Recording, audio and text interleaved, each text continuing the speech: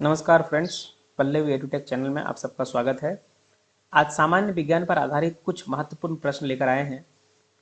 ये आपके 68 बीपीएससी के लिए बहुत महत्वपूर्ण है। इसके अलावा एसएससी, रेलवे सभी एग्जाम्स में ये कहीं ना कहीं आए हुए प्रश्न सभी हैं।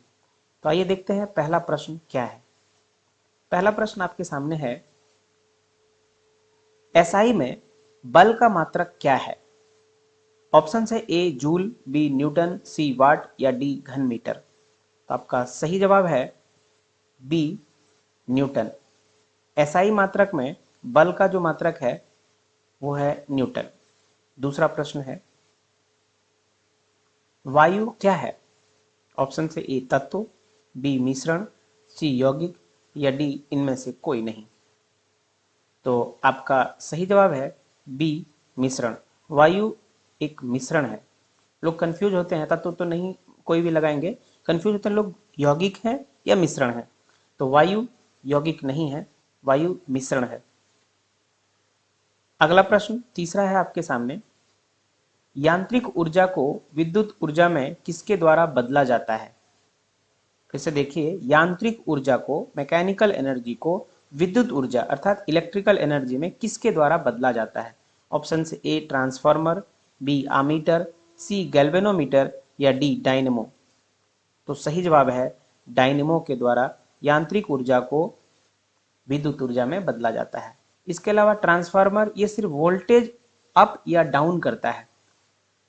ट्रांसफार्मर का काम है वोल्टेज को अप या डाउन करना। अमीटर उसी तरह से करंट को मापने का यंत्र है। तो आपका आंसर है डी डायनेमो। अगला प्रश्न देखते हैं चौथा, यदि पृथ्वी पर से कोई चट्टान चंद्रमा पर ले जाई जाएगी तो ऑप्शन है ए उसके भार में कोई अंतर नहीं आएगा, बी उसके मात्रा में कमी आएगी, सी उसके भार में कमी आएगी या डी उसके भार में वृद्धि होगी। तो इसका सही जवाब है ऑप्शन सी उसके भार में कमी आएगी।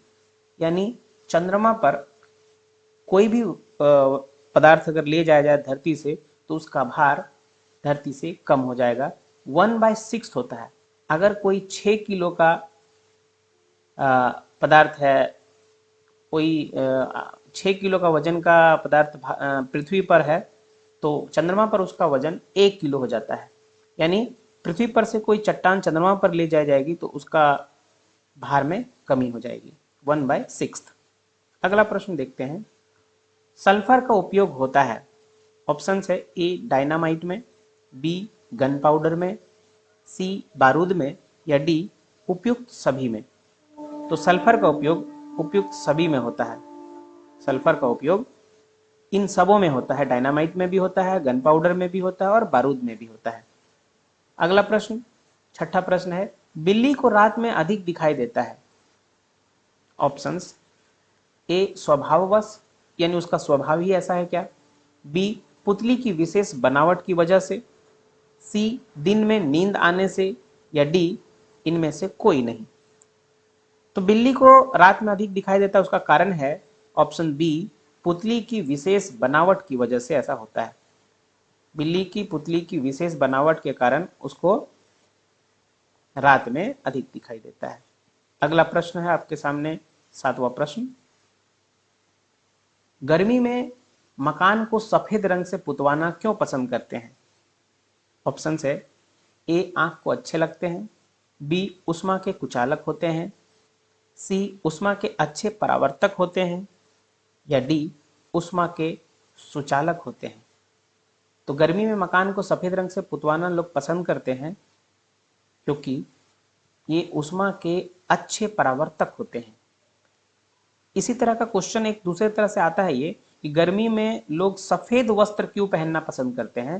क्योंकि ये उष्मा के अच्छे परावर्तक होते हैं जिसके कारण उष्मा का अवशोषण कम करते हैं और इसलिए सफेद वस्त्र पहनने से गर्मी कम लगती है। तो अगला प्रश्न देखते हैं आठवां प्रश्न, एक ही ताप एवं दाब पर समान आयतन वाली गैसों में अणुओं की संख्या समान होती है। ये स्टेटमेंट है, एक ही ताप एवं दाब पर समान आयतन वाली गैसों में अणुओं की संख्या समान होती है, निम्नलिखित में से यह नियम कौन सा है, यानी किस नियम से यह स्टेटमेंट आता है? ऑप्शन है बॉयल का नियम, दूसरा है चार्ल्स का नियम, तीसरा है गै-लुसाक का आयतन संबंधी नियम, या चौथा है एवोगाड्रो की परिकल्पना का नियम। तो सही जवाब है एवोगाड्रो का परिकल्पना का नियम। अगला प्रश्न, 9वां प्रश्न है, बायोगैस का मुख्य अवयव है। ऑप्शन है ए इथेन, बी अमोनिया, सी मीथेन, या डी इथिलीन। तो 9वां प्रश्न का आंसर है बी मीथेन। बायोगैस का मुख्य अवयव मीथेन है। अगला प्रश्न, 10वां प्रश्न, जब हम वायुमंडल में ऊपर की ओर जाते हैं तो क्या होता है? ऑप्शन है ए ताप कम होती है तथा दाब बढ़ता है, ऑप्शन बी ताप बढ़ता है तथा दाब कम होता है, ऑप्शन सी ताप तथा दाब दोनों बढ़ते हैं, या डी ताप व दाब दोनों ही घटते हैं। तो देखिए जैसे ही हम लोग ऊपर जाएंगे तो दबाव, वायुमंडल का दबाव कम होता है, यानी पहला मिला दाब कम होगा, और दूसरा जैसे जैसे ऊपर जाएंगे तो टेम्परेचर भी कम होता जाएगा, यानी ताप भी कम होगा। तो ऊपर जाने से क्या होगा? ताप भी कम होगा और दाब भी कम होगा। तो आपका सही जवाब है ऑप्शन डी, ताप व दाब दोनों ही घटते हैं। जैसे जैसे हम लोग ऊपर जाएंगे, वायुमंडल के ऊपर की ओर जाते हैं, तो ताप व दाब दोनों ही घटते हैं। ताप घटने का प्रमाण क्या है? हिमालय पर्वत पे हमेशा बर्फ जमा रहता है, क्योंकि वो 8 किलोमीटर से भी ज्यादा ऊंचा है, तो बहुत ज्यादा ठंड है वहां, ताप कम हो गया है, जिसके कारण वहां बर्फ जमा रहता है। तो चलिए इसका आंसर हो गया ऑप्शन डी, ताप व दाब दोनों ही घटते हैं। अगला प्रश्न 11वां नंबर है, नेत्र के लेंस में फोकस दूरी किसके द्वारा सही रखी जाती है? ऑप्शन ए रेटिना के द्वारा, बी आइरिस के द्वारा, सी सीलियरी मांसपेशियों के द्वारा, या डी कॉर्निया के द्वारा। तो इसका सही जवाब है सी सीलियरी मांसपेशियों के द्वारा। नेत्र के लेंस में फोकस दूरी सीलियरी मांसपेशियों के द्वारा फिक्स रखा जाता है, यही कम ज्यादा करता है। सीलियरी मांसपेशी लेंस को अगर आपको दूर देखना है तो फोकस लेंथ चेंज होता है, तो ये सीलियरी मांसपेशी एडजस्टमेंट का काम करता है। अगला प्रश्न, 12वां प्रश्न, सूखी बर्फ ड्राई आइस होती है ठोस, क्या होता है? ऑप्शन से carbon monoxide, B carbon dioxide, C sulphur dioxide, या डी हाइड्रोजन पेरोक्साइड। तो सही जवाब है कार्बन डाइऑक्साइड। सूखी बर्फ ड्राई कार्बन डाइऑक्साइड होती है, ड्राई CO2, ये होता है सूखी बर्फ। ये आपका बार बार प्रश्न आता है, ये प्रश्न काफी रिपीटेड है, इससे ध्यान रखिए। 13वां प्रश्न है, साधारण नमक का वैज्ञानिक नाम क्या है? ऑप्शन से A sodium sulphate, B sodium chloride, C sodium bicarbonate, या डी अमोनियम क्लोराइड। तो सही जवाब है जो सोडियम क्लोराइड, साधारण नमक सोडियम क्लोराइड होता है। इसका फॉर्मूला क्या है? NaCl, Na sodium Cl chloride, ये है आपका साधारण नमक का रासायनिक सूत्र NaCl। 14वां नंबर पे है, लुढ़कती हुई गेंद कुछ दूर लुढ़कने के बाद स्वयं रुक जाती है, निम्नलिखित में से किस कारण से? ऑप्शन से ए घर्षण बल के कारण, बी गुरुत्वाकर्षण के कारण, सी जड़त्व के कारण, या डी उपयुक्त में से कोई नहीं। तो इसका सही जवाब है घर्षण बल के कारण। लुढ़कती हुई गेंद, एक गेंद को अगर लुढ़काते हैं तो वो कुछ दूर चलने के बाद खुद ब खुद रुक जाती है, उसका कारण है गेंद और धरती के बीच घर्षण बल। घर्षण बल के कारण लुढ़कती हुई गेंद कुछ दूर जाने के बाद स्वयं रुक जाती है। अगला प्रश्न देखते हैं, 15वां प्रश्न, संगमरमर, इसको मार्बल भी बोलते हैं इंग्लिश में, वो किसका रूप है? ऑप्शन है ए सेल, बी नेस, सी चूना पत्थर, या डी बलुआ पत्थर। इसका सही जवाब है चूना पत्थर। संगमरमर जो है वो चूना पत्थर का रूप है। संगमरमर चूना पत्थर का रूप है। अगला प्रश्न आपके सामने है 16वां, शहरों में तालाब का पानी शुद्ध करने के लिए कौन सी गैस प्रयोग की जाती है? ऑप्शन है A sulphur dioxide, B chlorine, C nitrogen या डी अमोनिया। इसका सही जवाब है क्लोरीन। क्लोरीन का प्रयोग किया जाता है तालाबों में पानियों को शुद्ध करने के लिए। इसके अलावा भी लोग कुओं में भी इसका प्रयोग करते हैं। गाँव में कुओं में जब पानी बरसात में गंदी हो जाती है तो तब भी लोग इसको क्लोरीन का प्रयोग करते हैं। क्लोरीन से पानी शुद्ध होता है। अगला प्रश्न, लोहे में जंग लगने का मुख्य कारण है। 17वां प्रश्न है, लोहे में जंग लगने का मुख्य कारण क्या है? Option A oxygen, B hydrogen, C nitrogen या डी नियोन। तो सही जवाब है ए ऑक्सीजन। अगला प्रश्न 18वां है, कुपोषण से सबसे अधिक किसकी कमी होती है? Option A vitamin A, option B carbohydrate, option C vitamin C या ऑप्शन डी प्रोटीन। तो सही जवाब है प्रोटीन। प्रोटीन से कुपोषण जब होता है तो उसमें प्रोटीन की सबसे ज्यादा कमी होती है। प्रोटीन से क्वाशरकोर नामक बीमारी भी होती है। तो ये देखेंगे कुपोषण में सबसे ज्यादा कमी किसकी होती है? प्रोटीन की। अगला प्रश्न 19वां नंबर, दो समानांतर दर्पणों के बीच प्रतिबिंब बनते हैं, कितने बनते हैं? 2, 4, 8 या अनंत?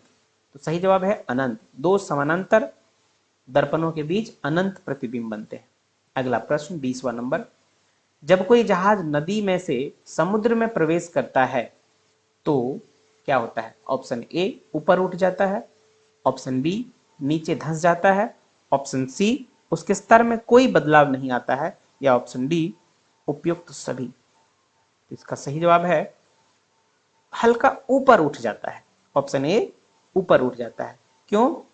क्योंकि समुद्र का पानी नदी के पानी की तुलना में ज्यादा सैलाइन होता है। सैलाइन होता है मतलब ज्यादा आपको घना होता है, उसका घनत्व तो ज्यादा होता है। वहां के पानी का, समुद्र के पानी का ज्यादा घनत्व होता है, जिसके कारण थोड़ा सा पानी का जहाज ऊपर उठ जाता है घनत्व के कारण। अगला प्रश्न 21वां, मात्रा के साथ निम्नलिखित में कौन सा भौतिक गुण प्रभावित नहीं होता है? ऑप्शन ए आयतन, बी द्रव्यमान, सी भार या डी घनत्व। मात्रा के साथ निम्नलिखित में से कौन सा भौतिक गुण प्रभावित नहीं होता है? तो सही जवाब है डी घनत्व। अगला प्रश्न, जब सूर्य की रोशनी किसी प्रिज्म में से होकर गुजरती है तो बताइए निम्नलिखित में से किस रंग का अपवर्तन सबसे अधिक होता है? ऑप्शन ए नीला, ऑप्शन बी लाल, ऑप्शन सी नारंगी या ऑप्शन डी हरा। तो सही जवाब है दिए गए ऑप्शंस में से नीला का सबसे अधिक अपवर्तन होता है। अगला प्रश्न 23वां नंबर, मैक नंबर संबंधित है, किससे संबंधित है? ऑप्शन ए है ध्वनि की गति से, ऑप्शन बी है जलयान की गति से, ऑप्शन सी है हवाई जहाज की गति से या ऑप्शन डी अंतरिक्ष यान की गति से। तो इसका सही जवाब है हवाई जहाज की गति से। मैक नंबर संबंधित है हवाई जहाज की गति से। हवाई जहाज की गति को मैक नंबर में मापते हैं। ठीक है। अगला प्रश्न 24वां प्रश्न, बिजली के हीटरों में नाइक्रोम धातु का तत्व उपयोग में लाया जाता है क्योंकि ऑप्शन है इसकी प्रतिरोधकता अधिक होती है, ऑप्शन बी इसका गलनांक अधिक होता है, ऑप्शन सी इसमें शक्तिशाली विद्युत धारा प्रवाहित की जा सकती है या डी उपयुक्त सभी कारणों से। इसका सही जवाब है ये सभी कारण हैं, क्योंकि प्रतिरोधकता अधिक होगी तभी वो अधिक गर्मी देगा, गलनांक अधिक होगा तब भी वो सही रहेगा, क्योंकि अगर ज़्यादा हीट होने पे गलनांक कम रहेगा तो वो गल जाएगा, कट जाएगा कॉइल, और अगर इसमें अधिक शक्तिशाली विद्युत धारा प्रवाहित नहीं की जाएगी तो फिर ये गर्म नहीं होगा। इसलिए बिजली के हीटरों में ये तीनों ही गुण होने चाहिए। आंसर है उपयुक्त सभी कारणों से। अगला प्रश्न 25वां या आखिरी प्रश्न है आज का, पृथ्वी पर कोई गतिशील पिंड विश्राम की अवस्था में निम्नलिखित कारण से आता है। ऑप्शन से जड़त्वीय नियम के कारण, ऑप्शन बी घर्षण बल के कारण, ऑप्शन सी संवेग संरक्षण के कारण, या ऑप्शन डी गुरुत्वाकर्षण बल के कारण। तो सही जवाब है घर्षण बल के कारण। पृथ्वी पर कोई गतिशील पिंड विश्राम की अवस्था में कब आता है? घर्षण बल के कारण। ठीक है, तो ये आज के सेशन का कुल इंपॉर्टेंट 25 प्रश्न थे। चैनल को सब्सक्राइब कीजिए और बने रहिए, अगला में कुछ नए प्रश्न के साथ फिर उपस्थित होंगे। तब तक के लिए धन्यवाद।